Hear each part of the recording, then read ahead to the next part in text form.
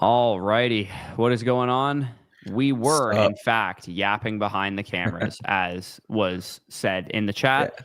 because we can't help it. We were talking about playoff scenarios. We are going to break down at around 7:30, so about halfway through the stream. Spicy's going to join us, and we're going to do some playoff best ball drafts because we do have quite a bit of new information. I hate to say I told you so, but drafting Kansas City Chiefs no longer looks like the motive. For sure. Yeah, that's probably cooked. I didn't think they'd lose the game at home, but also, what was the other thing I said? I'm like, You said Houston was maybe the team that we could be targeting for sure. Houston looks fucking dominant right now. Their defense is one of the best that I've seen since I've been watching football. Like, Yeah, we're great we're defense for sure. we're at a point where the Houston defense is allowing 15 less points per game than the Cowboys right now. Yeah, I mean, your Less- defense is bad, so 2 touchdowns difference, and then like that doesn't seem competitive. That seems crazy to me. yeah. You know what I would do for a guy like D'Amico Ryans to run my defense, dude? Like, that's insane. And I saw Peter say, "Are the Colts cooked?" I just got a report on my phone, Corey, that they're bringing Philip Rivers to the facility with the intent to sign him to the practice squad. What? That's the report I got. Philip Rivers, isn't he got like 3 more kids since he retired? Colts are planning to bring potential Hall of Fame quarterback into the facility to work. Okay, out let's to see if settle he can down join with the potential practice Hall of squad. Famer. He also is not going to the Hall of Fame. Bro, he's got like what, 13 kids? Yeah, what is he, fucking broke? Dude, how old is he? Like 45? He's got to be like 42 at least, right? 44, dude. He turns Oh 40. my goodness. He turns 45. He turned 45 today. Oh, what a great birthday gift. 45th birthday. 45th birthday. What are we talking about? That's crazy. Bro, his son is quite literally a high school prospect that's going to sign in college soon. Is Like, he? he's like 17 or 18 years old. His oldest son. Is he good? He's a 4-star recruit, number 6 in the class. Okay. All right. What does he play? Quarterback. Oh, okay. That's it's pretty crazy that he can say like I played my like most recent, game with my son like entering college football or whatever. I guess was Frank Gore in the NFL still when his son made the NFL? I think he had just retired. I was gonna say, I'm like, it's quite literally like a LeBron thing. Like, just gotta make it like 4 or 5 more years, Phil, and maybe the Colts are able to draft them. Devo's wishing evil on me in the flocked up league here. He goes, so upcoming 0 catch game from Gadsden. You know what's rare? I have I'm down 2 points to Devo right now, so I just need like a little bit. I actually have the choice of which tight end in this game I would want to start because the 2 tight ends on my team are Dallas Goedert and Aronde Gadsden. So technically, I could go with Goddard as well, but I'm gonna roll with Gadsden, I think. Funniest thing, by the way, his 24/7 profile, the guy who wrote it up literally just said, reminds us of Philip Rivers on the Suns profile. Yeah, that's crazy. AJ is the only one that submitted a question so far. As always, if you guys do want to submit a site question, you can. But sure. Obviously on Mondays, the drill here. There's not a lot of questions to get to, so you can kind of just fire through in the chat. And like I said, in about 20 minutes or so, Spicy will be joining us for some playoff best ball drafts. And I got to showcase this playoffstatus.com. I don't know who created this website, but it is extremely helpful for playoff best ball drafts. So we will be showcasing that a little bit. Not a sponsor, just found a good resource. Hear me out. If Philip Rivers somehow won a playoff game with the Colts, could you imagine the scenes? No way. Because they're going to get like the 6 or 7 seed. Who would they play in round 1? Like, could they play like a broken fucking like Ravens or Steelers team? No, they're not going to get the 5. So it'd probably be the 2 or the 3. Let's showcase this website here, shall we? Because that's a good point. I'm just very intrigued by it because I think it does like what I do every year is I make up all the like scenarios and whatnot, and this just does a way better job of what I was doing. So you see the Colts here. They're currently they're currently most likely, if they still make the playoffs, to be the 7 seed. Even though they are technically on the outside looking in right now. But if you go to the Texans Colts, and Jaguars, they're surging.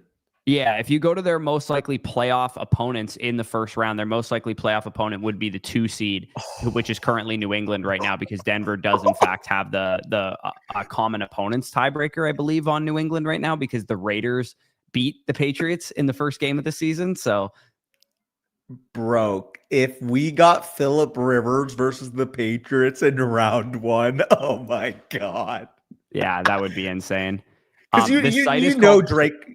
I was just gonna say, Drake May looked up to Phillip Rivers growing up. Come on, there's no way he didn't. Yeah. Playoffstatus.com is the name of the site. And it's got everything from like the NFC, AFC playoff picture. It also outlines strength of schedule, all the tiebreakers, the most important games, and they have like a scoring system for them. Like if I go to the AFC most important games, you can go to these and it shows like the importance factor. And it looks like Patriots Bills is the most important remaining game on the schedule in determining playoff seeding and whatnot. Which Broncos Packers also very important. Chargers Chiefs very important. So it has like all these like most important games. If I actually go, if I go to the NFC playoff picture, one of the most important games on the schedule is actually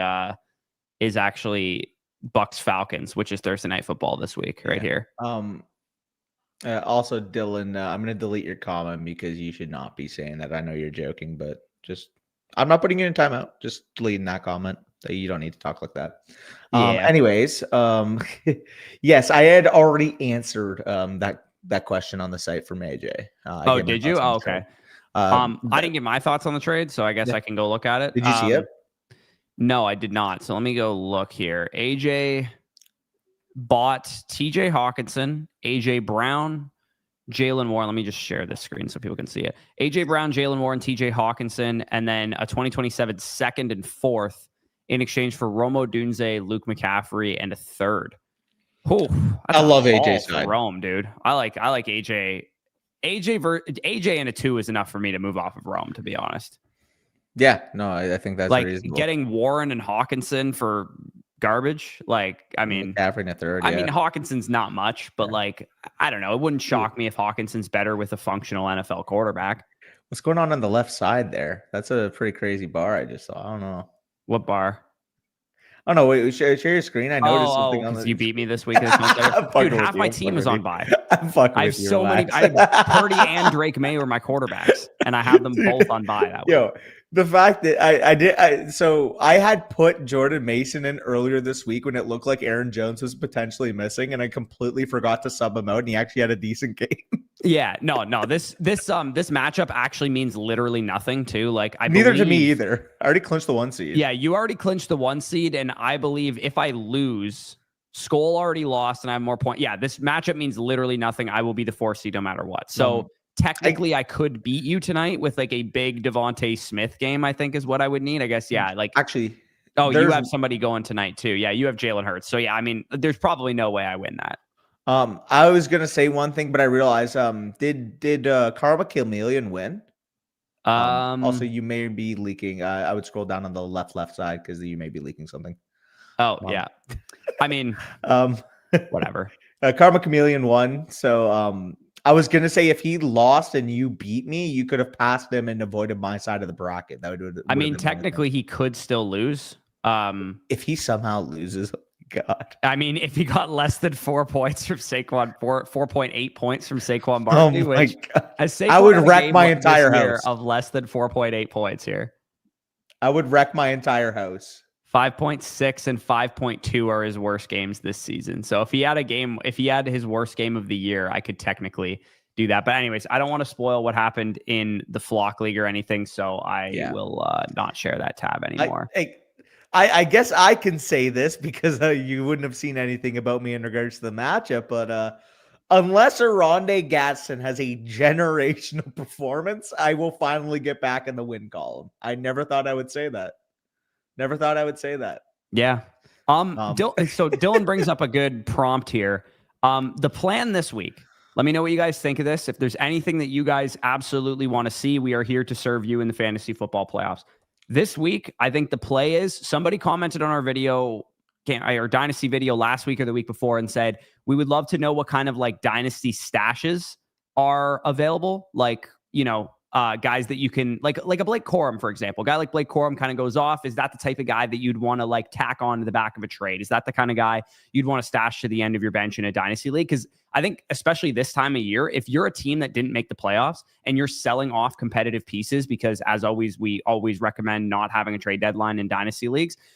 You can tack on some of these like low end players probably for not a lot, and they could end up raising in value a ton. And I do see Spicy in the backseat here. So we'll get him in here and get into some playoff best ball drafts. But that's one thing that we're going to do early in the week. And then we are going to do quarterback and tight end tier list later in the week. Matchups that matter as usual, running back and wide receiver tier list later. But if you do want to see anything different, if you're like, you guys don't normally make this content, but it's the playoffs, definitely make something like this. Just leave it in the chat.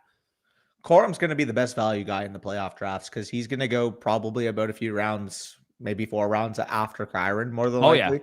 Yeah. And he's like the Kareem, last year in playoff best ball drafts, I drafted a shit ton of Kareem Hunt because people were drafting Isaiah Pacheco really high. Even though he was coming off the injury or whatever, people were like convinced that Pacheco was the backbone. He went higher in drafts and Hunt was like a round cheaper, I think. And he ended up being the one that you wanted.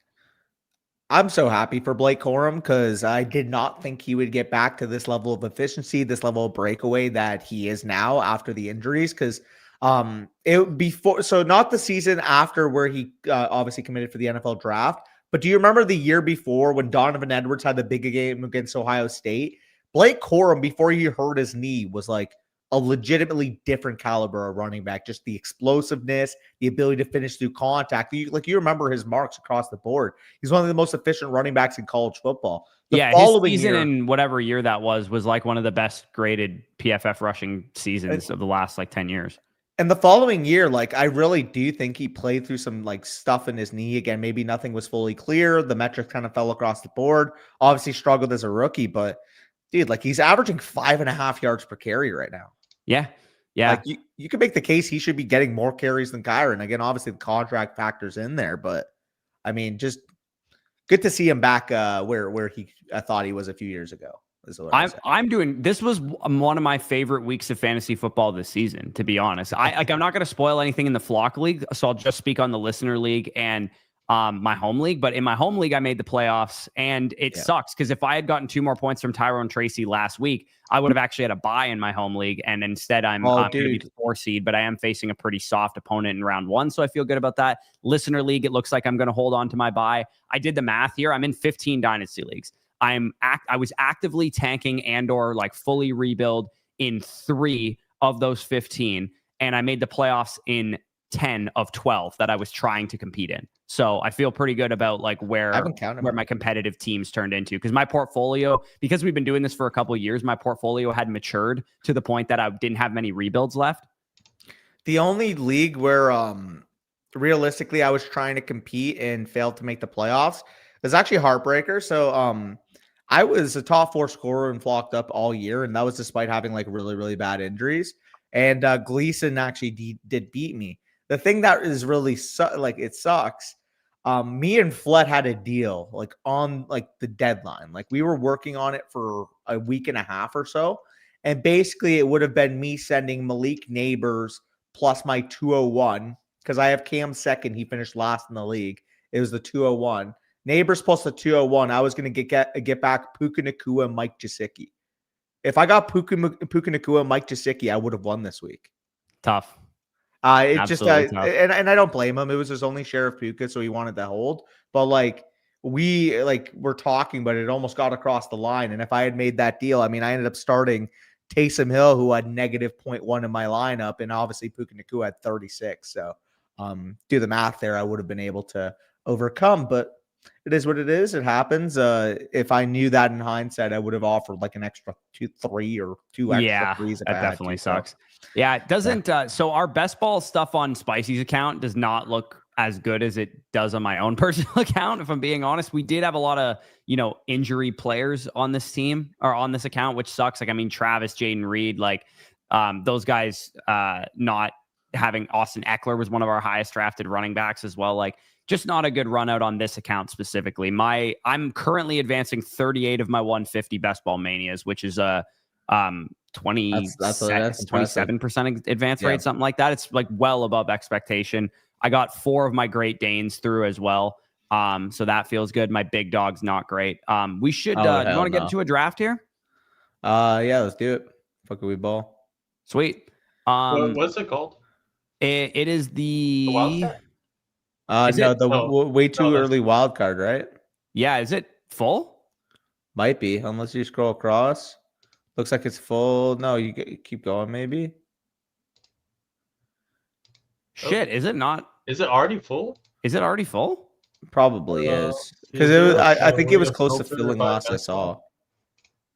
Oh shit! Way too early playoff best ball. Okay, so it looks like I guess you want to do a battle royale for tonight. Wait, yeah, let's do a battle. We never do battle royales. Let's do a battle royale for tonight. I don't even know how these work.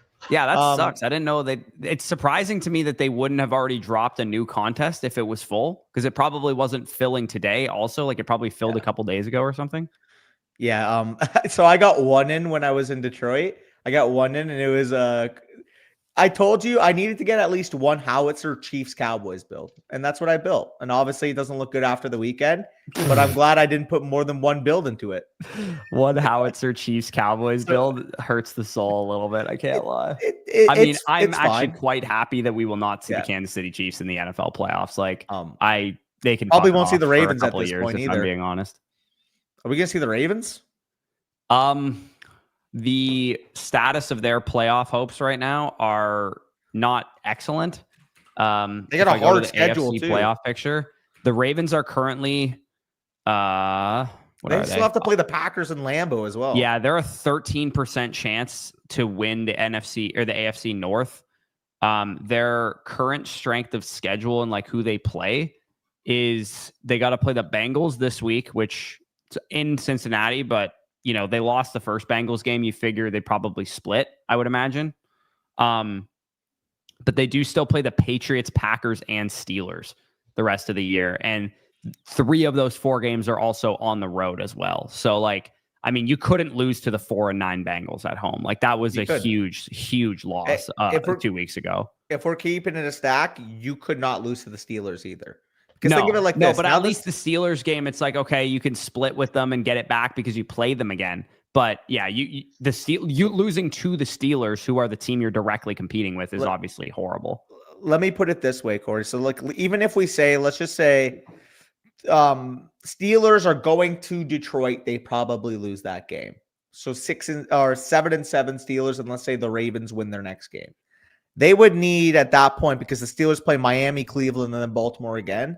They would need to go into that game against Baltimore with the same amount of losses as the Steelers.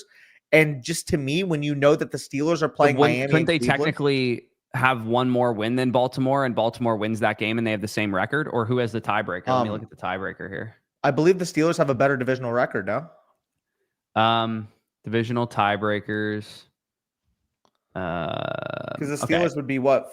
4-2 in the division. Conference record is the most important divisional tiebreakers. Yeah, divisional record is the most important tiebreaker. Okay, so the Steelers are currely they would be 4-2 in the division. They're 3-1 in the division right now. So the Browns game would be quite crucial for them to lose, because the Ravens are 2-2 right now in the division. Yeah, if you're assuming that they lose that, or that they beat the Browns, which I guess like main slate. Is this a main slate battle royale that we're doing? Yes. Oh, sorry. Okay. I thought we were doing one for I thought it was for Monday night either, too. I have no idea what we're doing, to be honest. We'll do a main slate battle royale for next week. Who cares? I never heard of a battle royale until y'all said it. No, you're chilling. We're having fun. Honestly, the fact that Puka is not 1-1 against the Lions is pretty interesting to me. But Cats picks in front of us, so now I feel sick that I said that out loud. Yeah, I mean, Christian versus Tennessee, I think, should be 101. Yeah, sorry, 102. 102, maybe. I mean, JSN versus Indianapolis, I don't think that's outrageous to say he should be 101 or 102 as well. Dude, Puka's back to his usage, man. He's back. He's back, dude. Do we want to get funky with this, or do we want to like kind of stick to the ADP relatively? We could get a little funky. I think Jamar could be due for a monster game. So this is main slate, right? So it doesn't include Sunday Night Football. No. Okay, so no Cowboys, no Vikings are going to be on there. I'm down to go Jamar if you want to. I think Jamar could be due for a huge game. I'm cool with doing that. Plus, like with these contests, you kind of just want the guy who can drop 50 or whatever. Yeah, and just given the matchup, like Gibbs got a tougher matchup, it'd be one of those two. Also, like some of his biggest games of his career have come against Baltimore too, Jamar. So like it feels pretty good. What do you think about picking Puka anyways? He said, it's T. What do you think for this other pick? I'm kind of liking Rice or Adams here now. What is the structure of this? Like, what do you have to? I've never actually even done one of these drafts. Like I'm to be- assuming 1-1-2-1. Okay, so it's it's the same structure as playoff best and ball tight then. end, yeah. Um, Tight ends being a must roster matters too, by the way, too. yeah, I'd be cool with Trey if you want to go with the tight end now and just get the best tight end Yeah. on the slate. I was gonna say him or one of those receivers with Rice or Adams. If you want to go with Trey, I'm cool with that. Yeah, let's roll Trey. Let's get the best tight end on the slate Let's here. do it. Let's do it. Because I think there's a pretty significant gap between him and the rest of the tight ends. Like even Kittle he's great, obviously, but Where's Bowers' ADP? I don't. Does he play? He must on the be on main an team? island I game. don't think he's even. Oh no, he's right there. Las Oh, Vegas, he's right Philly. there. Okay, fair. Philly's tough against he's tight right ends there. too, though. Yeah. Bowers certifiably the worst pick in fantasy was a good take by me, I guess. Minus the Adams- 40 bomb that he dropped. Hey, the week one Bowers is all I'll live for. Katz isn't letting him fall, but if Adams were to make it to us, that would be an auto. I don't actually, so call me crazy, but in this type of tournament style, I don't actually think that stacking two weapons is the play. Like, Fair. I think that you kind of like this tournament is more of like, because it's all these like great players available, you kind of do need to just basically hit a 5-leg parlay with this, where you're like, you just pick the five best like picks on the board kind of thing. I think it would be rare that Adams and Puka would both be like top 3-4 receivers on the slate. With that being said, if one of these guys falls to us, I think Rice or Adams is the pick here, right? I mean, we could take Johnny too. It's just tough for me. They're gonna be like two touchdown. Yeah, okay, he went. I was gonna say they're like 2 touchdown underdogs against Seattle this week. Yeah, I'm cool with I'm cool with I'd rather go Adams. Go Adams, okay. I'm cool with that. He's probably got more of the touchdown spike week upside there. Chargers a little Plus, bit tougher. Rasheed's certifiably not that good, as we know. So yeah, I'm cool with that. Adams, I like that the mainstream is opening up to the fact that Rasheed's just an industry plant from the fantasy PPR community. Also, dude, it's gonna be hard to pass down Trevion Henderson against the Bills here. That's lick my chops. What do you think? I would love to just actually take Drake May. You want to? Yeah, we could do that. I mean, we might not have to yet, depending on how many QBs go in these drafts. But I was gonna say we could backdoor just Joe Burrow if he just goes. went. I mean, we could probably punt QB. I don't know. That's what I'm thinking. Not have a QB, nor does Joe.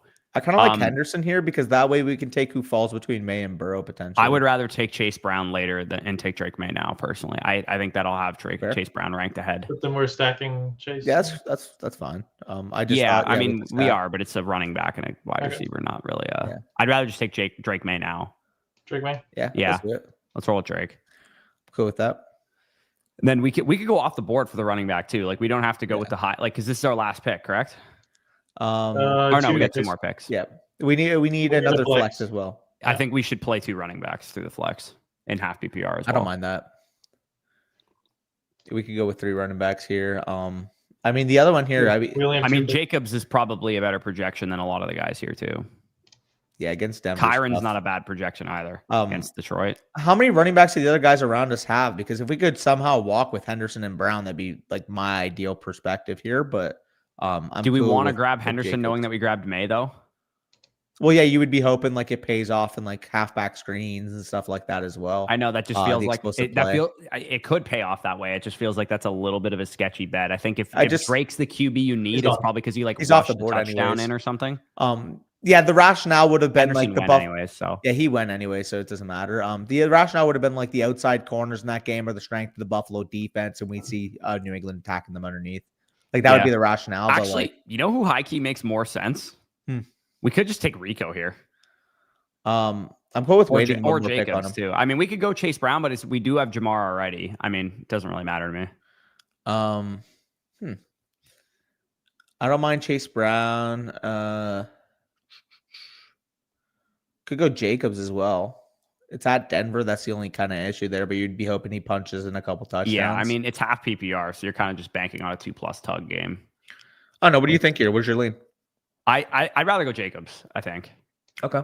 As much as I think Chase is probably the better projection in a vacuum. And then we could take who falls between Chase Brown and Rico.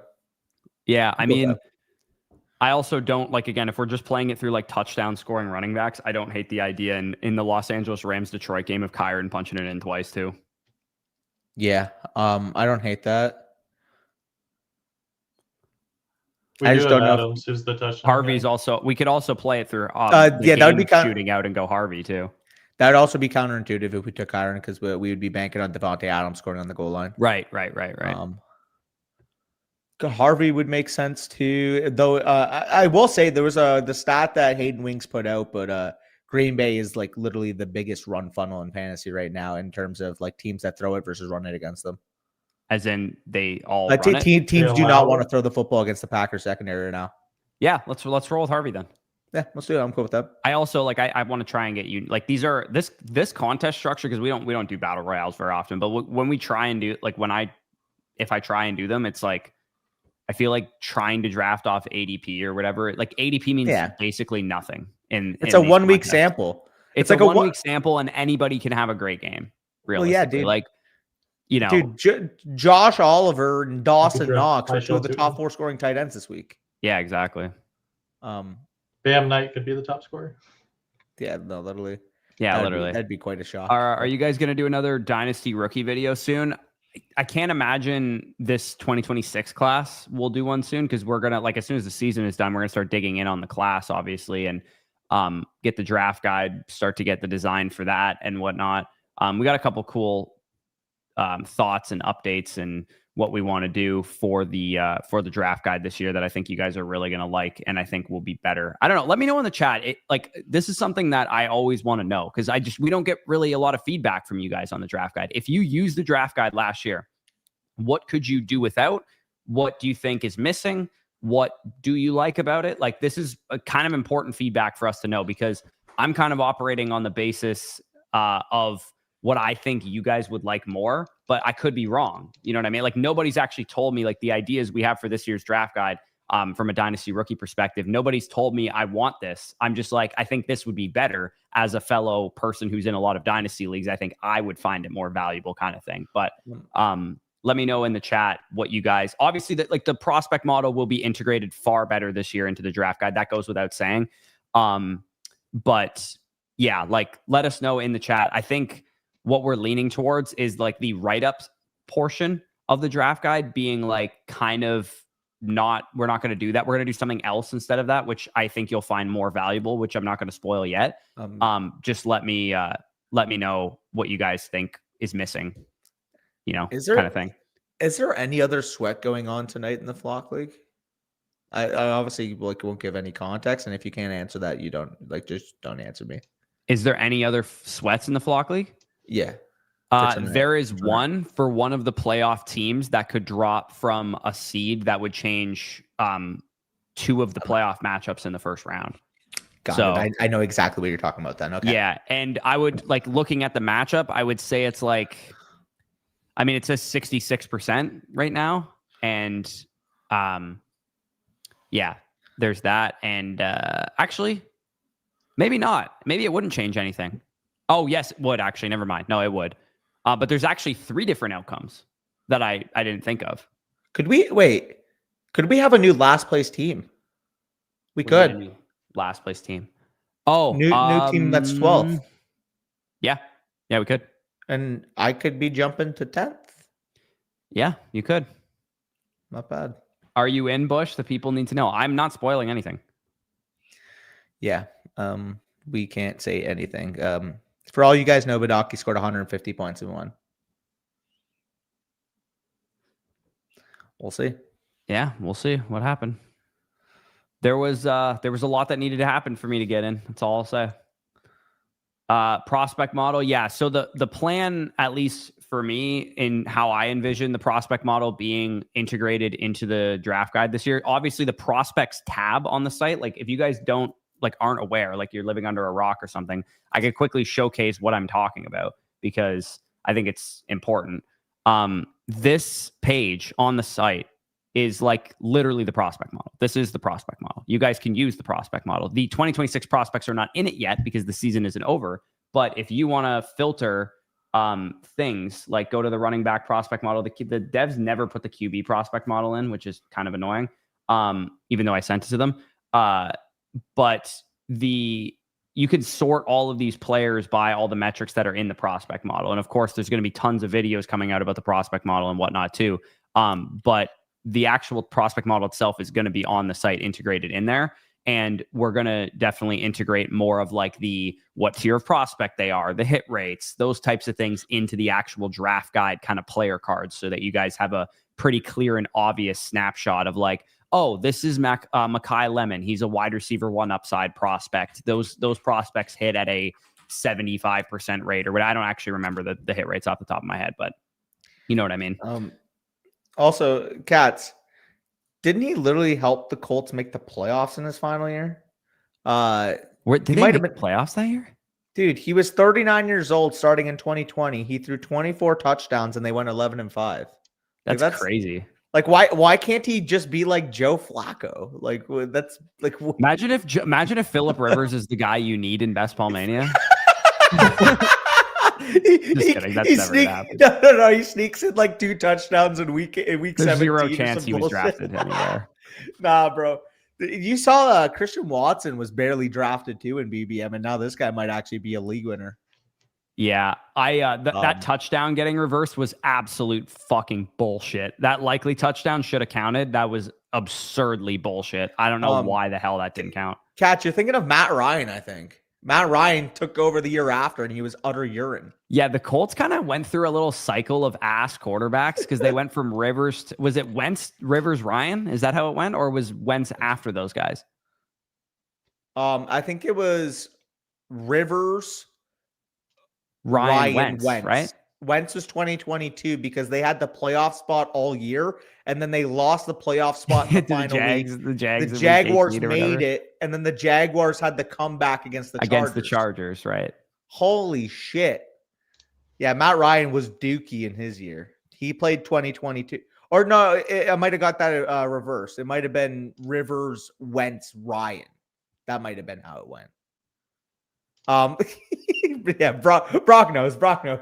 To be fair, Brock, you sacrificed the Colts so that the Indiana Hoosiers could beat the Ohio State Buckeyes in the Big Ten championship. And you just have your own Phillip Rivers on Indiana right now. You also sacrificed the Colts so that the Jets could fly. Yeah, bro. Oh, dude. Picks. Oh, God. Oh. That's got to be devastating. Like the quarterback you're planning on extending probably for 3 years, 40 to 45 million per year. It's probably, he gets the Darnold contract at the very least. And like, now what do you do? Like, seriously, you don't have your next 2 ones. I think it would be smart for them to get a good bridge and then pay Daniel Jones a discounted rate. I think that's what they'll do. I'm not saying that's necessarily what they should do, but you don't have your first round pick. Like, what are you supposed to do in that situation? I think it makes sense to like prioritize a Jameis Winston, a Joe Flacco, a Jacoby Brissett, somebody who can get you by if in the first month of the season DJ can't play. Not wrong. It's going to be very interesting. But I forgot about Jacoby Brissett. Brissett? Oh, wow. Remember he was the starter for the Colts 2019. Yeah. Man. Yeah, I mean, that's the other thing. I've talked about, what you did with Daniel Jones, you could just do again. Dude, Shane Steichen, why don't you go get a swinging flyer on Trey Lance, Zach Wilson, or Malik Willis? Just throw them in there for the first month of the season. See if Daniel Jones is back and can compete or whatever. Why not see what one of these former highly drafted quarterbacks can do? Dude, call me crazy. How has Jacoby Brissett not gotten like a sustained period of like a couple years where he's been a starter? Because he's milk toast. But no, because like he's actually kind of been on his Jameis game lately, where he's just been kind of fucking slinging it like crazy. Like, I would love to know the alternate universe in which Marvin Harrison Jr. doesn't get a appendectomy if like he's breaking out right now. Like, I'd be curious to know if that's what's taking place currently. So, Corey, across Brissett's career, he's got a 62% completion percentage, averages over 200 passing yards per game, and he's thrown 68 touchdowns to 29 picks. You mean to tell me that can't get you like a 2 or 3 year stint as a starter? I mean, they'd be like the best quarterback in like Cleveland Browns history. So that's what I'm saying. It's like, dude, like he's had, so the years that he started 10 plus games in the NFL, 2017 as a 25-year-old second-year quarterback, 59% completion percentage, 3,100 yards and 15 starts, 13 touchdowns, 7 interceptions for a 4-11 football team. That was a bad defense with the Colts.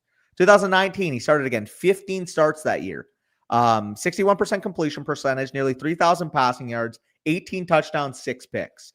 You're not winning anything with that. You might as well draft a rookie quarterback. I don't disagree, but I'm saying like what for like an established like NFL team that like has a good defense and a good run game. Like how has he not been like, oh yeah, he's going to be our bridge option? Like how has nobody ever said like let's give fucking Jacoby Brissett a chance at that? I mean, he's been a bridge multiple times. I mean, for 1 year at a time though. I've never seen it like, oh, we've gone into a second year with him as like a potential starter.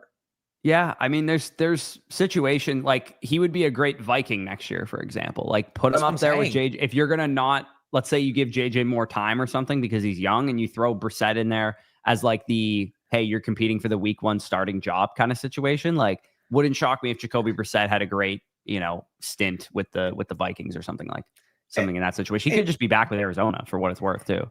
And you do have merit because it's like as good as he has been. I understand the rationale. It's like. Yeah, if you sign him, though, you're probably pigeonholing yourself to maybe like the 15th to 20th best quarterback play in the league. And like teams are just shooting for a higher ceiling than that. Yeah. Like, that's probably what the answer is to why he hasn't gotten a longer stint. But if you're a team like the Vikings, dude, you plop in 17th best quarterback on the year on that team. And where are they at? Exactly where they were last year. Well, that's what I mean. I think Sam Darnold's probably about the 17th best quarterback in the league.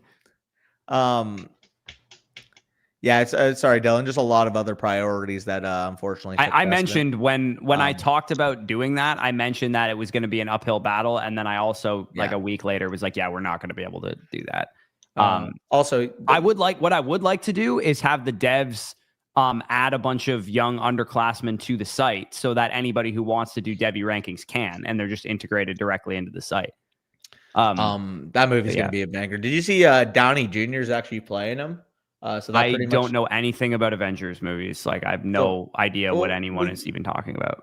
So if I say Robert Downey Jr., I know who Robert Downey Jr. is, and I know he played Iron Man, and I've seen Iron Man, but I like the End Games and like those type of movies. I've never watched them. So fair. Basically what I'm trying to say though, apparently he's but he plays Dr. Doomsday, right? Spicy, do you know or no? If you don't know, you don't know. That's fine. Downey Jr., he's playing Doomsday in that, right? Do you know that? I don't think he can hear you right now. Oh, can you not hear me? Okay, no worries then. Fuck me. Superhero. I didn't know if you were saying spoilers, so I just took my headset off. Oh, the last Avengers I watched was what was it? The Jonathan Majors was the villain in it. That wasn't even Avengers. An Avengers movie. Yeah, what was that? That was Ant-Man? Ant-Man one? Yeah, that was the last movie I watched in the theaters. I don't remember which movie it was because I was baked out of my mind before I went into the theater. I just went with my cousin and a friend. We're like, yeah, let's go out. Let's go watch this movie. And let's spend, a couple hours out here. Take a look at this puppy. We could advance this one. Let's see. We are 10 points behind J Metal. Oh no! I wish we could both overtake the top guy. He's got no one else to go. If you hit week 14 specifically, it'll tell you how many quarters you have left. We have one guy left, Senior Johnston. Well, what does he do? He outscores Burden by 10. What's the flex? What's the flex right now? That's higher, James Cook. Oh, okay.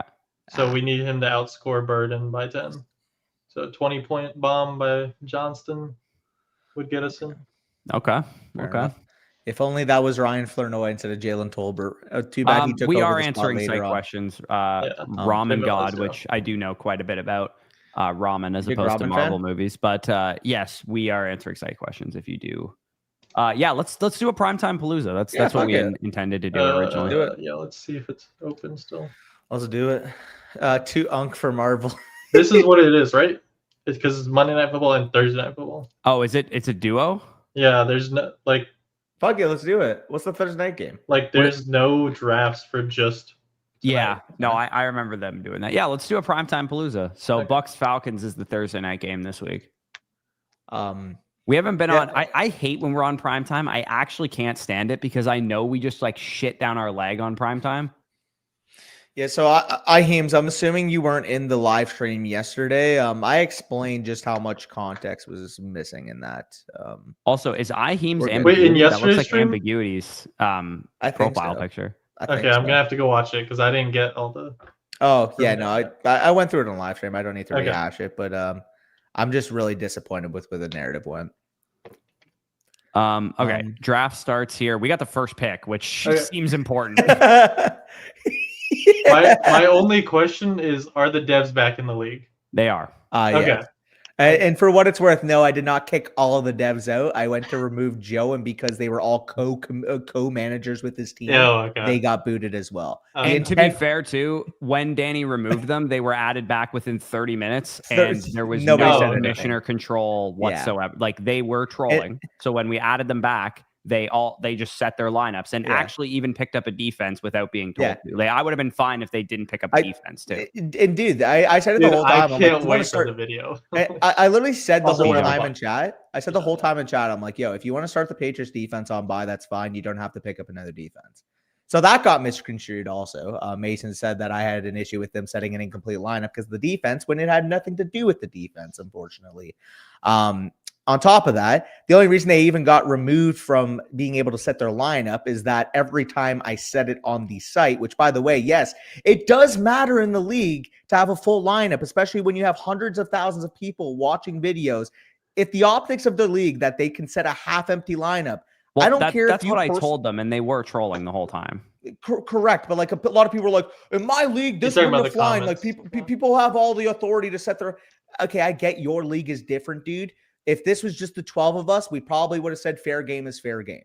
But the fact of the matter is the optics of the league looks way worse if you are setting a half-empty lineup. That's what really also, I just don't think that should be allowed, to be honest. Even if you think, in your league, you're allowed to do that. In my leagues, you're not. So that was my point about the whole thing. Anyways. We'll make this turn. I'll address the rest in a second. So do we want to roll with somebody from tonight's game here, or do we want to just stack up the other? We don't know if London's going to play yet. That's the Thursday night game, right? No, he's not going to play. I'm cool going with Baker and Igbuka here if you want to go with that.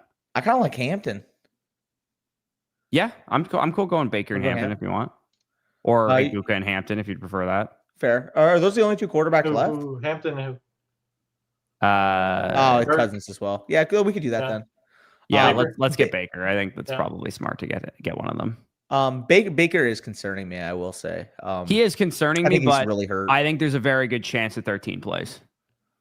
Yeah, fair. And if Mike's out there, then that's going to help the offense. Even if Mike is out there running decoy routes, 50% of the snaps, that is going to open up things for 14 and 2. So I think Godwin and Igbuka will be much better off. The extra bit of context, of course, like going back. The other thing, I said multiple times in the chat that I'm leaving for the Cowboys game around 6, so I didn't want to deal with lineup shit by kickoff because obviously I wouldn't have good reception in the stadium. That was being ignored by them. I set the lineup, said I don't want to deal with this like I said at kickoff. I'm going to set it myself. Joe then unset his lineup multiple times when I did it, which I then removed his ability to set a lineup. He then attacked me in the chat, which is what led to me removing him from the league. Like I said, it was only meant to be him. It wasn't meant to be the entire dev team. But of course, the way the story's brought up, the way the narrative's brought up, that's how it's depicted. It's so funny because the fans don't even know Joe. But I was wrong. That's very Joe. That's it so is funny. Very Joe. But I was wrong to kick him. I'm not gonna gloss Let's roll over Godwin here to stack him up with Mayfield. Yeah, and then want to go TJ? Yeah, or Keenan Allen maybe. I think with Herbert dealing with a hand injury, I don't mind playing Keenan Allen instead. So I really like Godwin here. I don't want to play another receiver from tonight. I actually would probably rather play Mooney because Drake London might be out. Yeah, that's fair. Yeah, I'm cool with that. You'd be hoping for a deep shot? Yeah. I mean, do we need to start a tight end? Do you have to start a tight end in this contest? I got you. If you do, we can grab Pitts. Yeah, you do. Yeah. We should take Goddard, actually. Oh, Goddard. Yeah. Dope. Yeah. Perfect. I actually didn't know he was actually gone already. Yeah, we can do Goddard. Yeah, okay. I like Goddard. Yeah, let's go with Goddard. I like Goddard. Don't risk it now. I actually think Godwin's going to have a really good game. That's crazy. You have to start time. What was his final stat line this week? Who? Godwin. Godwin. I think he had like 5 catches or something like that. Yeah, because I know 5 for 55 on 8 targets, and the week before he had 3 for Dropped 78. touchdown. So, yeah, he's definitely ramping up, which is good. Yeah, no, he's looked better too. He's kind of like playing a little Wan'Dale Robinson-y right now, where they're just kind of when it's third down, they use Godwin and try and get first downs and stuff. But yeah, the only thing that I wish you would have done differently, Danny, in that whole situation is just message me, make sure Joe set, because I was available to set his lineup at 8:13 p.m. if he wasn't going to set it. So that's what I told him in the chat. And I wish you would not have ignored that part, because you were fine to just go to your game. Like, I had it handled. And that's I knew my he was bad. trolling the whole time too. That's definitely my bad. Don't get me wrong. It's just, I think the factor is when he unset the lineup and I said, don't worry guys, I just set his lineup. And then he just says unset it in chat and then like sends a winky face. It's like, really, dude? Like, I just asked you so many times to grow the fuck up because I'm trying to go to this game. And you're completely ignoring that the line has been crossed. Like that was my issue. Like, dude, like, I'm asking you as a friend, I'm asking you as a commissioner to not make me deal with this. Yeah. And do we want to go Mooney? We here? have to go wide right? Yeah, let's go Mooney here. Let's go Mooney here. We got a little bit of the cross stack as well. Yeah, I guess we're not taking a ton from tonight's game, just Hampton and Goddard, but I guess we got a little Mayfield to Godwin with Bijan and Mooney on the way back. Yeah, we'll see what I will say. If there are 2 guys like based off this type of lineup format that I would actually want for tonight's game, I honestly think Hampton and Goddard would be up there. Yeah, I think I would have probably steered clear of Hampton if I could have that pick back, just because I'm a little worried about what his workload run funnel defense though. Well, the other thing too is that we have Bijan too, and I think if you're just going for spike weeks and whatnot, like I feel like you could do like the hero RB in that kind of, because you only have to start one running back in that format. Yeah. Like you could just go with Bijan as the only running back. Yeah, no, very fair. I can quick. We got some time to kill because there's not much going on here. But I can quickly show my stuff for Underdog if you want to show yours after too. I didn't make picks, unfortunately. My mind. Oh, I could. Yeah, I was talking just specifically about my exposures and my advance rates. But yeah, I'll show my picks. Spicy can show my picks right here. I guess mine isn't nearly as exciting. Like I got a pretty average advance rate right now. It was at 20% earlier in the weekend, but I think it's settled at about 17%. So just about average. I'll go through my picks for tonight's game first, and then we can kind of go. So that was my power play. So I just need AJ Brown to hit the higher on his fantasy points. Now the unfortunate thing, so if you see the dead ticket that had the Chase Brown, if I took his fantasy points instead of his rushing yards, it would have cashed. Not this one. There was the one with Chase Brown on it, Spicy. Whichever one was Chase Brown. It was the 3-parter. Yeah. So Chase Brown let me down there.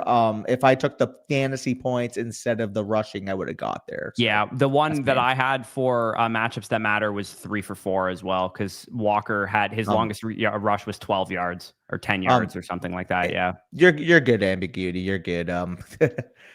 I did hit Monday Night Footballs last week, though. Or Thursday Night Football, sorry. The game that you went to, I did hit my entry on that. Yeah, I should have low-key. Oh, right. Pick'ems aren't available in Michigan. No, they're not available. If you want to scroll up to the ones that I have for tonight, I can quickly explain those, Spicy. Let's go, though. Big dub. Yeah, so Dotson, he does really well against cover 2. The Chargers are second in the NFL in cover 2, so I figured he could have a catch. He's like very live to drop, like to have 0 points. Obviously, 0 catches, but he has a 15.5 average depth of target, so he can get this on 1 catch, no problem. And I do think with 40% slot rate, cover 2 kind of benefits him. Saquon, this one's sketchy because Saquon's been really bad, but 70.5 rushing yards. The reason I picked this is because the Chargers are 28th in explosive run rate. And if there's anything we know Saquon Barkley can do, it's break off chunk runs and break off big runs. So I think he can just rack up the rushing yards. And also, too, last week was the first week since like week 3 or week 4, I believe, that the Eagles had a negative rush rate or a positive rush rate over expected, negative pass rate over expected. So they actually did try and stick to the run against the Bears. I think they could do the same because this defense is also a pass funnel or a run funnel defense. I will add one context there. I will add one piece of context. Apparently in that game, well, not apparently, it actually happened. The Bears without their top 3 linebackers, but they got their DBs back. So that could have just been like attacking the weakness on the defense. Which, I mean, you mentioned, though, given the pass rate over expectation against the Chargers could very well happen again. The Chargers are good against receivers. Yeah, and then the Hampton one was the last one, just 11.5 receiving yards on Hampton. The reason I went with that is because he had 5, 6, and 6 targets his last 3 games before he suffered the injury. And Vidal was in the last 5 games has not exceeded 2 targets. So he's not, if Vidal is involved, I think it'll be on the ground. And I think Hampton would probably still have a chance to, catch some screen passes and whatnot. And they also, with Justin Herbert's hand, they're probably not going to be like stretching the field deep and whatnot, and like letting him drop back for a lot of deep drops. I fully believe he wouldn't have gotten hurt. He probably would have scored, 12 catches, 230 yards, and 2 touchdowns in that game. And he would have came down with that in the back of the end zone instead of coming down on his head. That's just unfortunately what my life is. I am a bad karma piece. If I go to a football game, you best believe the team I'm rooting for is going to lose. I mean, that's just really what it's come down to. I'm 0-4 live viewings of my team. Yeah, you might have to just do your Cowboys a favor and not go. I'm going to have to test the theory. I'm going to have to go to a game where like the Cowboys are expected to just beat up on a team. And if we lose, I know I'm the fault. Yeah, if there's a game in like Cleveland or something where you're going to have to I will be there. Go to that type of game. But yeah, I can quickly go over my best ball stuff.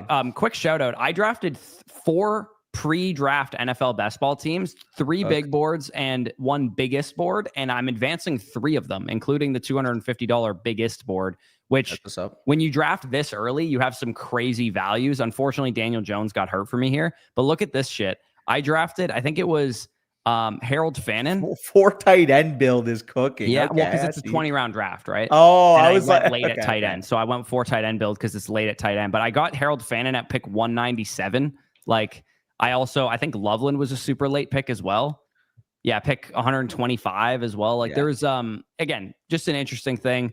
The things that I am excited about is like, Great Dane. Yeah, the Great Dane. I advanced 4 of my teams. I was advancing all 6 at one point of these, 6 out of 8 that I drafted. But unfortunately, these ones have fallen out. I could still advance this one if Tank gets 28 points, as you see listed there, but that's not going to happen.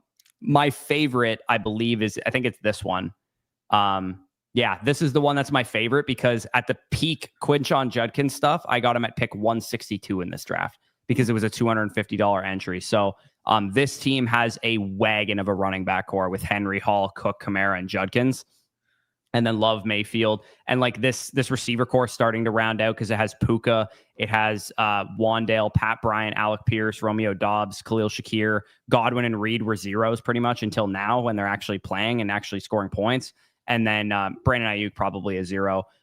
He's the only like dead player on here. And then Jake Ferguson with the late tight end punt felt pretty good. So that's one of my favorite teams that I have. Like these other ones are advancing as well. And then my highest scoring Best Ball Mania team, I can just go over that quick and then I can shut up, is this one here. And I believe it was a Daniel Jones team, but I did need Daniel Jones on this team to advance it because I had Burrow. So it got Burrow through, which is nice. And it's a Bijan, JT, Breece Hall, Dowdle. So that feels pretty good. I mean, Joe Mixon is stone cold dead, but Dowdle, Breece Hall, Jonathan Taylor, and Bijan feels good. And then the wide receiver core is a little bit suspect, a little bit hit or miss. Andrews, and I lost Kraft on that one. So, I mean, it's my highest scoring team, but it's suffered some major injuries.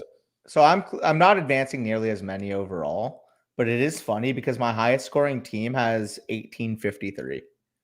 That's pretty good. It's currently like a top 800 team drafted overall. I was looking at it. Well, I know like when I clicked on the leaderboard, I was making like $200 or $300. Yeah, if the overall leaderboard. This is your highest team right here? Yeah, okay, that's it. Yeah. It might have fallen because of the games yesterday then. Okay. Dak and Geno is kind of disgusting, I can't lie, but the running back core, definitely everybody's all live there. With Gibbs, Kamara. Yeah, those guys are all live. Wide receiver wise, Adams, Pickens, J-Mo, Pittman, QJ, even like Tillman. Coker and Io Manor give you something. Tyler Warren Bowers is pretty fucking nice at tight end too. So. If Geno is randomly a PC need in like a playoff week, that's gonna be fucking funny. Yeah, I think you're hoping that he's like he has a monster week 17 or week 16 or something like that. Could you imagine I snuck in the Geno fucking Bowers stack? The Geno garbage can fucking ass cheek player. This one I remember was one of my favorite teams because it has like a unique quarterback pairing of Stroud and Stafford. And then when you look at the running back core, it's got like contingency plays all over the board, but the receivers is why I love this team. Like, look at this 4 stack right here. Puka, AJ Brown, JSN, and Pickens. Even Higgins, bro. Higgins is solid as fuck.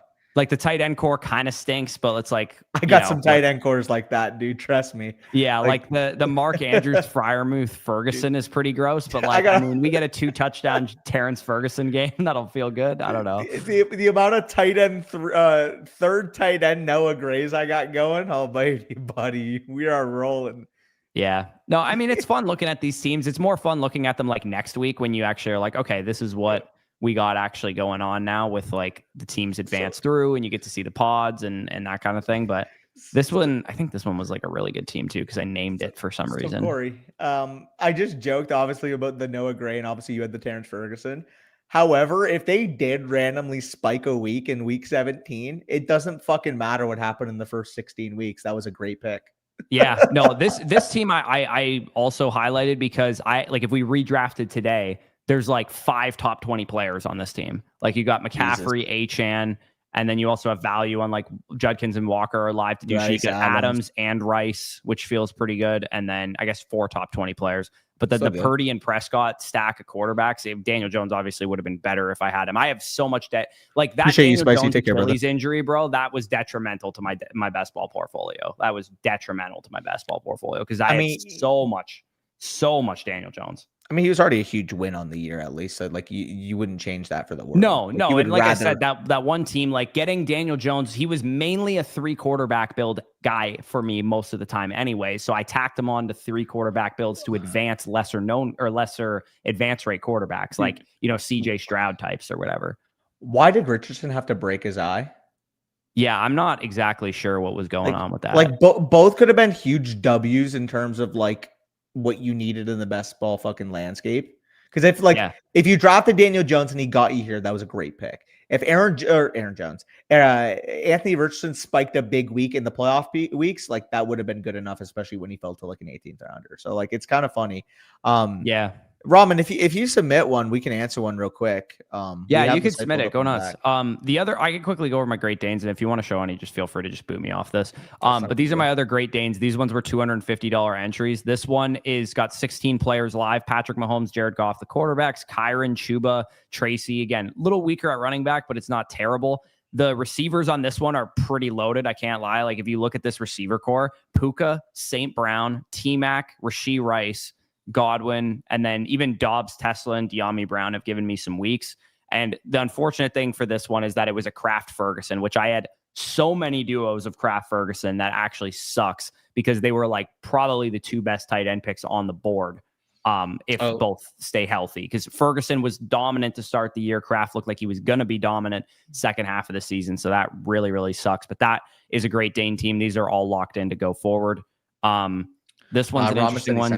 Jacobs, James Cook, interesting, I guess. This one's a Higgins Chase that got through, so that feels good because I feel like, and again, fucking Tucker Kraft on so many of my teams, man. If Kraft didn't get hurt, I feel like my best ball portfolio would look so much better in terms of like the projection. Same with Hunter hurt me a little bit, obviously hurt you a lot more, but Kraft, Tyreek, Neighbors, and Daniel Jones definitely my biggest like injuries that fucked me over. He said he sent one, by the way. Okay, I'll quickly refresh this. Yeah, it sucks that we weren't able to do playoff best ball drafts. I was kind of excited for that. Okay, Ramen God here says wide receiver touchdown. What does that mean? 11 points rushing touchdown, 9 point. Okay, so you get 11 points for a receiving touchdown and 9 points for a rushing touchdown. I would say my answer wouldn't have changed in a regular format. I would have said Lad regardless. So knowing that you also get more points for touchdowns for wide receivers, I would say Lad for sure. So you don't specify if it's a full PPR, but just knowing that they're similar plays and you're just getting more advantage of the touchdown at wide receiver, I don't mind that. It is a very challenging matchup, though, for Lad, for what it's worth. It is a challenging matchup for him, but there's a good chance that Quignon won't be on him based on how he's used around the formation. Like the splits, I think, on fantasy points were like only 28% of the time Quignon's going to be on him, and he's not supposed to shadow anybody. Yeah. He'll be on QJ, I think, like 45+% of the time or something like that. Mm-hmm. So I do think that that Lad should have his opportunities to catch a lot of passes for sure. Yep, makes sense. But yeah. And if you guys, I'm not going to spoil anything, but just so you guys know, in the Flock League, if I needed something from Lad tonight, I would say it. I would be like, oh my God, I need Lad to do this. So either that doesn't spoil it because I could have either already lost or I could have already won. So you guys won't get to know. You have no idea. Half EPR Superflex, by the way. Yeah, I don't mind pretty straightforward then. Why is this in the backdrop? What the hell? What is it? It was just a pick'em entry. Is it mine? It's an overlay. Oh, it's in the wrong location.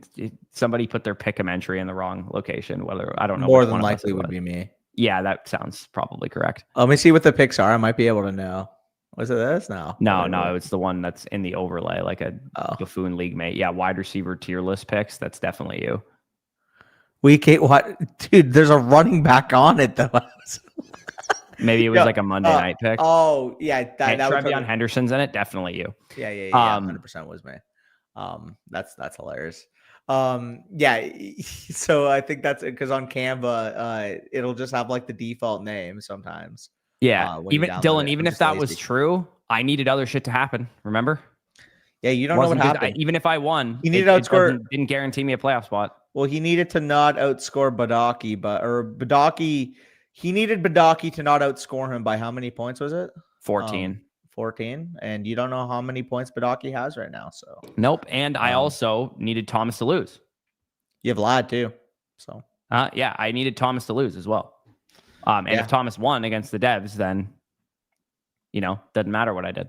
Yeah. So how about the listener league for the good people? I cannot show it because it's going to show what happens in the flock league on my screen. But I can I can show it without showing it. I could show it. My matchup in the flock league is irrelevant. Yeah, that's true, actually.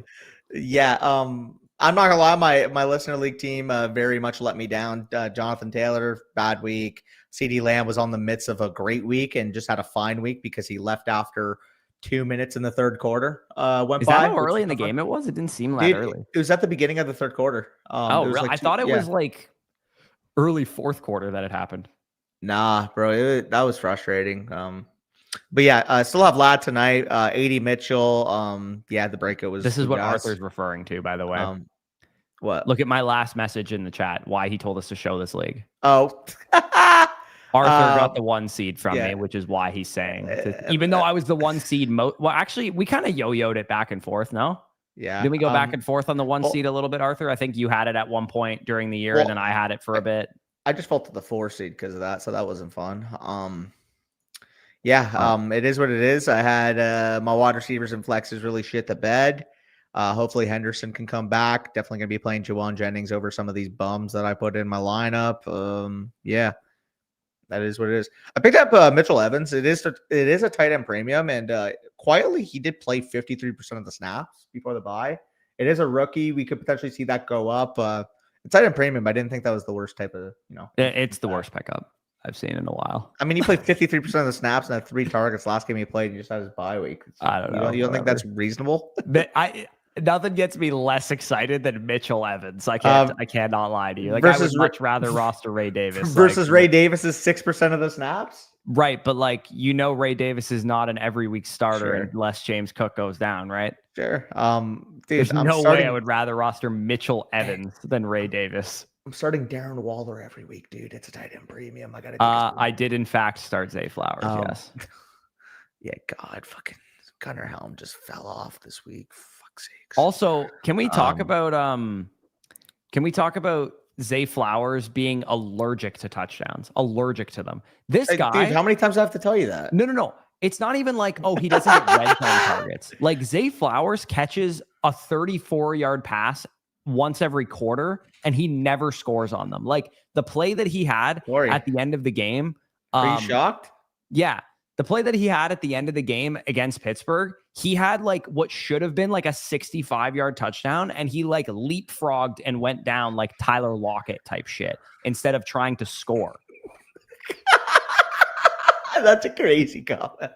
No cap. I trolled not taking that. That's on me. Yeah. But a Rondé and Pickens for Rice. Yeah, Rice is a fucking bum, dude. He's not a bum, but he is a bum. No, he's not. Chiefs are bad. Anyways, I mean, Rondé's kind of been a bum for the last month, though. To be fair, To be fair, I would take fucking Arande's bum ass over like Darren Waller and the Funky Bunch. Is that who you're starting at tight end right now? Since Tucker Kraft went down, it's been slim pickings. Right. Yeah, brother. You lost Tucker Kraft. It's been slim pickings. I've been playing double tight end for like many weeks this year. With Goddard and Juwan Johnson and a tight end premium. I've been like using both of them half the time. What about this RB2 I got on my team named Jonathan Taylor? What do you think about him? Yeah, that guy's kind of a bum.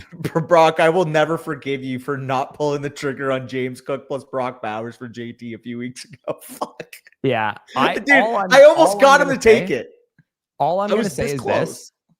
Jonathan Taylor not being a superhero is great for the drama of the Flock League because otherwise it was all for naught. We were all going to lose to Sal in the playoffs. You know what I mean? Like JT not being an absolute wagon of a fantasy asset in addition to Christian McCaffrey means that Sal in the fantasy playoffs is beatable, which is good for the drama. Respectfully, after all the fucking shit he talks about me when I don't even utter a word of his name, he deserves to go down. I don't give a fuck. Yeah. Train for every single. And I hope the 6th seed takes him down because he's going to pick the 6th seed as I went through last week. I'm not going to say who the 6th seed was. I hope the 6th seed takes him down because he thinks that all of our teams are shit and his team is kind of peaked at the wrong time. Like he was dominant in October and November. Yeah. Real talk though, the arrogance that he talks with, like, buddy, you were in a worse position than all of us last year outside of you and Nathan. To be fair, we had the same record. So, but that's what I mean. It's like the fact of the matter is, Sal all had a 6-8 record last year. The fact that people think a season sample size of, having a great year versus having a shit year is going to depict what somebody is as a fantasy player is what makes me sick. Because it's like you're acting like this, like you didn't have a terrible season last year. That's what bothers me. It's like, I've been. To be fair, I think it would be great for content purposes if he picks Mason. I promise you, he will not. I knowing who made the playoffs, he will not pick Mason. He will pick the person who made the playoffs. Yeah. No, and full transparency too. You want to say, hey, I'm 12-1, you're 4-9. That was one thing. What really bothered me is like, dude, like you're gonna recap my deals and then not actually give like actual analysis on them. Again, Danny, it's rage bait, but like that you got flamed for in the comments, bro. Sal got just as much hate for that because Nick the editor made him look like a moron for those takes. But like in all seriousness, like.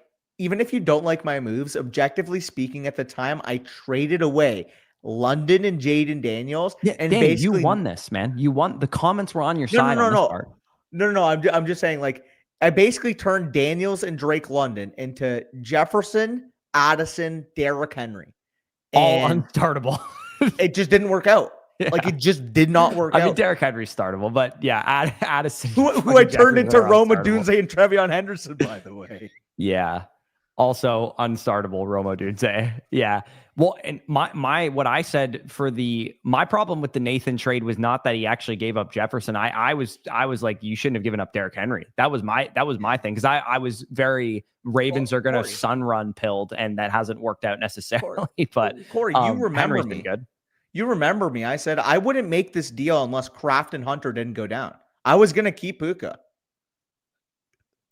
Yeah, then this is ultimately your downfall was your Brandon Ayuk trade, like for me last year, was trading Josh Allen, Travis Etienne, and Josh Jacobs for sure.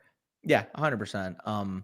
If I just kept the team that I drafted, probably would have been in a much better spot. But hey, I mean, we were never going to do that anyways, though. Like, let's be honest. You and I are never going to keep the team that we drafted. I was all in on Drake London being a big advantage. And honestly, on a point per game standpoint, he's been a lot better than Josh Jacobs. That read was right. It's just the Allen for Daniels part I completely misread. And ETN being a throw-in was a throw as well. But I got Warren back, though. So, like, it's not like I lost a lot on that. Yeah, what is the point per game difference between those two guys? Maybe I'm wrong about that. But it feels like ETN's been better. At least he's held more trade value, that's for sure. For sure. Also, apparently I have the ethnicity card according to Badaki. So shout out Danny of Italian descent is apparently the ethnicity card. I know Danny looks like he's from Mexico, but he is 100% Italian. So everybody thinks I'm Mexican. It's fucking hilarious. Also, a lot of people were saying I was zesty. Like, was I talking like in my clip like a little zesty or something? Like, who said that? I don't know. People were like, "Yeah, I didn't realize Danny was this zesty with like the finger emoji in the comments." I'm like, I watched my clips. I'm like, did I sound zesty? Like, that's funny.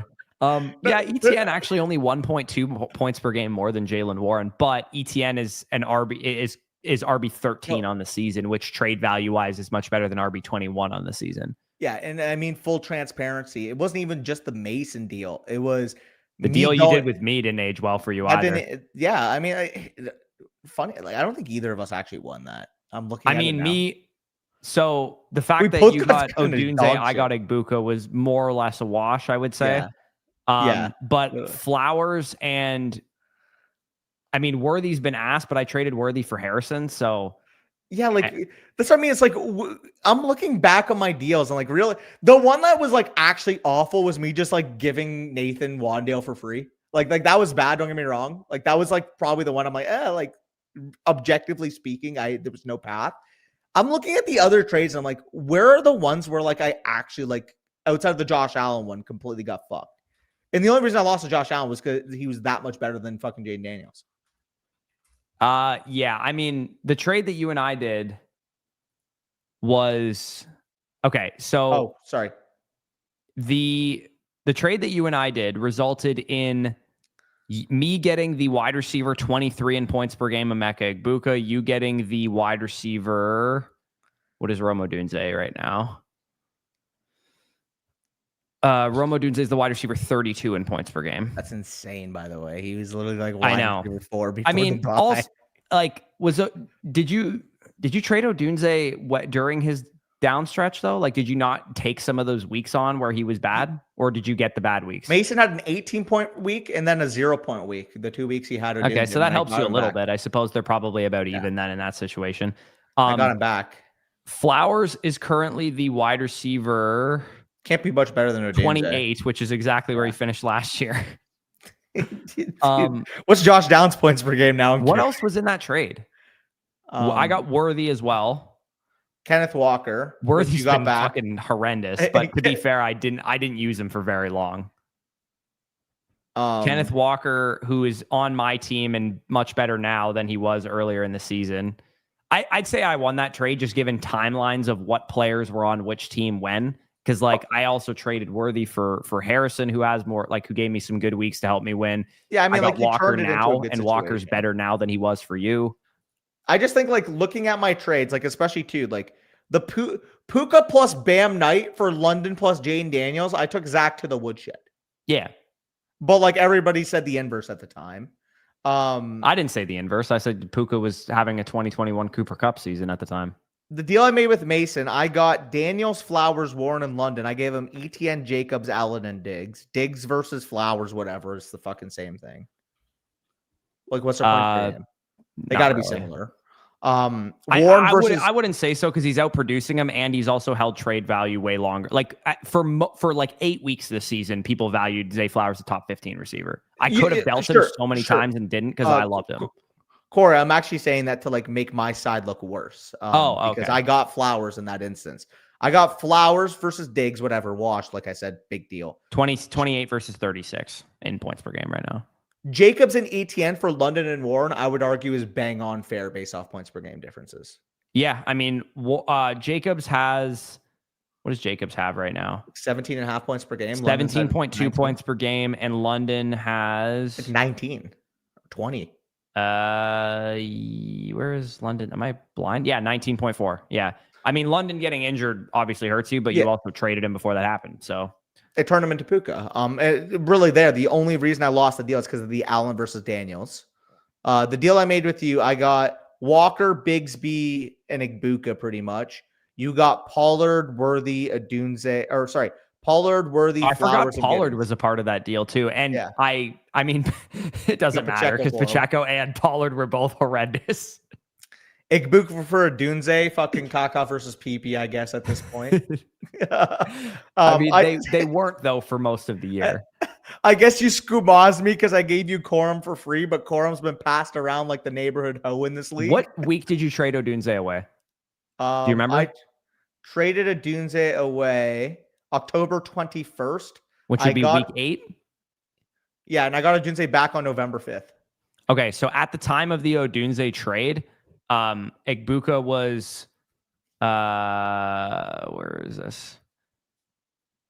At the time of the Odunze trade in week 8, Igbuka and Odunze were both producing just over 15 points per game in week. If it was week 8, I don't know if it was exactly week 8. But yeah, that's what they were producing. And if it was week 9, then Igbuka was producing 15 points, and Odunze, I think that might have been a 0 potentially, because he had 13.5 after week 9. The only real bad deal was the Spears for Wandale one. And did Dotson catch the ball? I just realized we're like bleeding into the game. And also part of that too. The reason why I traded Wandale for Spears, I had really good wide receiver depth at the time. This is before Hunter got hurt, and this was also the Wandale's been kind of elite. Well, no, for sure I lost it. I'm just saying the rationale at the time was that I thought Pollard would either get dealt or Spears would become the starter. So I took the L there. No, like I'm actually otherwise. I'm so curious what Wandale is in points per game right now. Oh, dude, he's ahead of Justin Jefferson. I mean, everybody's ahead of Justin Jefferson. That's not shocking. He's probably like wide receiver 18 or 17 in points per game right now. He's wide really good. 20 in points per game. Yeah. He is ahead of Emeka Egbuka, Devontae Smith, and Ladd McConkey. Yeah. I definitely lost that deal. That's the only trade that people can say I for sure lost though, because it's like, and the Mason you deal, lost the Josh Allen trade. For sure. Yeah. Sorry. Outside of the Allen versus Daniel swap, I got Prescott and Pacheco for Walker and Caleb from you. I needed a quarterback. You had an extra quarterback. I think that made both sense. I mean, I think Walker versus Pacheco is a pretty seismic difference. I think I won that trade. I'm not comparing Walker to Pacheco. I'm comparing Walker to Prescott, and Prescott's been over 20 points per game. Right, but Walker plus Caleb to Prescott is what you kind of to compare. Caleb's not a startable top 12 quarterback in a 12-man league. He's a streamer. Yeah, but like Prescott's like just a bit better than that. It's not like he's like an every week dominant QB1. What is he producing this year? Dude, he's like quarterback 4 in points per game. What are you talking about? He's quarterback 7 in points per game at 19.6. He is producing exactly 1.5 points more than Caleb Williams, which to me is not enough of a difference to make up Kenneth Walker. I think so. 1 point per game is enough for Kenneth Walker. Dude, how many weeks have you started Walker? Like 3. I would take the steady quarterback one every time. What week did that trade happen? October 22nd. Which is week 9? Yeah. I got the only one that actually has robbed me in deals has been Nathan, funny enough. The only one. Yeah. Because like if you took out the Allen for Daniels part, obviously like I lost that deal, but Nathan got the Wandale one on me. And then Nathan, honestly, what sent me into my spiral on October 28th was the Jefferson deal. Jefferson, Addison, and Derrick Henry for Nakua, Warren, and Pierce. Henry's been better than Warren, but like whatever. Yeah, no, it's Jefferson's just been so ass. I would take Puka straight up over the rest of that side. I traded Hunter for $10 fab. Obviously, I ended up winning that because Hunter didn't play another game after I did that. I traded Derrick Henry to Thomas for Odunze and Henderson. If Odunze wasn't a complete fucking meatball, that would have been fine. But unfortunately, he has been. Because like the points per game between Henderson and Henry, like what is it? Since November 5th? Since November 5th. I mean, that's what, week 10? Like Henderson's probably outscored him. 20 versus 16. And then I sent Nathan Bam Knight. Yeah, literally the only one that's like consistently taking me to the shed apparently has been Nathan. Nathan's sharp. What can I say? He's a sharp. Also, Dotson has a catch, but I needed him to get 7.5 receiving yards, and his catch was 4 yards. So that's unfortunate. I am ahead of Jay Jettas. Fuck Jay Jettas, bro. Yeah, Jefferson. Never wrong, just early. That's all I'm saying about Justin Jefferson. I was on this train last year. You want to know what sucks too, Corey, is we're probably not going to make the playoffs, but we're going to have to be playing Justin Jefferson after 2 straight weeks of 15 combined yards against our secondary now. Oh, you mean Dallas? Yes, I'm completely terrified that this is the Jefferson get right spot. Because our secondary, funny, I can't lie. But anyways, and it would also be funny too, Danny, because you wouldn't get the points for it because you're on buying the toilet bowl. Again, I don't understand how the fucking toilet bowl works. So I found why is it different Mason from last did year? Specify it was in November that he said it. That's he dumb said to me, that though. the toilet bowl is only between creators, basically. So he said if there's an odd number of creators, there would be one team, or so there would be one team on bye, and then the other 2 teams. I wouldn't be last though, so no, I don't have a bye. No, but there's only 4 creators though. So there's 2. Like what I was about to say was if there's an even number of creators, 2 creators would be on bye in the first round. But then why wouldn't we just play each other? That makes no fucking sense. Because then the toilet bowl would be over in week 16. So why not keep the bracket normal then, if that's the case? Because there's no intrigue to those matchups then, because it's the Thomas and I just wish we it. clarified it a lot more cleanly. We did though. He did. I would have said, okay, this wasn't clear or whatever, but he did actually clarify it earlier this season. And Kamani Vidal just literally housing a fucking huge touchdown here. Was it not a touchdown? Never mind. Oh, I don't have the game. I do actually, in Flock and Right, I already wrote off the fact that I can't make the playoffs. But technically, if Vidal were to be a workhorse and Hampton does nothing tonight, I could actually make the playoffs still. I need Vidal to outscore Hampton by 20 points. Dude, that kind of just checked me out. I thought the whole point of me playing Zach was actually for something. I actually thought it was too. And technically, it would have been. It would have been if one of the creators had fallen out into the toilet bowl. If there was 5 creators in the toilet bowl, you would be correct. You would have not had a bye. But unfortunately, there's only 4 creators in the toilet bowl. Why change what we had last year? Like it made it way more. The reason is because there was no incentive to watch some of those games then. Like there was no point. I guess we just made it way more confusing than it had to be. I don't know. I think it's. I thought we made it more confusing, but I think it makes sense now. I guess. I'm just saying though, like if we're playing for seeding like that, like figure it out after the first week of the toilet bowl. Like, I don't know. You sure about that, Brock? Yeah, you're not correct in that assumption. Unfortunately, no, you're not. 4 creators being in the toilet bowl doesn't spoil anything. Yeah. No. It spoils one thing. It spoils one thing, actually, yes, but no one really cared about that outcome, anyways. Yeah. But anyways, we should probably head off because the game is going on currently. Good luck to all of you guys. If you have a Monday night sweat, I hope you get it. And I hope you advance best ball teams. I hope you have a glorious week 14, and we will see you next week for playoff content or later this week for playoff content. And of course, if you have any suggestions, if you want to see anything in particular, please let us know. The plan is some kind of Dynasty video Wednesday, tier list kind of QB and tight end, briefly going through those on Thursday, Friday, matchups that matter, Saturday, as usual, running back and wide receiver tier list. And and we see an Amari and Hampton touchdown right at the buzzer here. So shout out to that. We drafted him. We did draft him, and it was a receiving touchdown as well. So not too bad. Interesting. You love to see that. That's why I was going to challenge the playoff predictor thing. I do think the likeliest pathhood of the Cowboys making the playoffs is the Eagles full on collapsing. I mean, mathematically, it's not. But that's right. If they lose today, they would have 5 losses. We would have 6. We would then need to make up 2 more games on them. Even if you just assume the Buffalo game was like, yeah, Buffalo's going to win that. I think the Eagles are live to lose to one of the Commanders games. I really do. They are on full end collapse. I mean, they play the Commanders twice and the Raiders. But yes, and if you assume the Bills is a loss, then they would get to 6 losses. Yeah. And in that scenario, you can't pass them if they get to 6 losses. Because, like if they only have 6 losses, because you have a tie.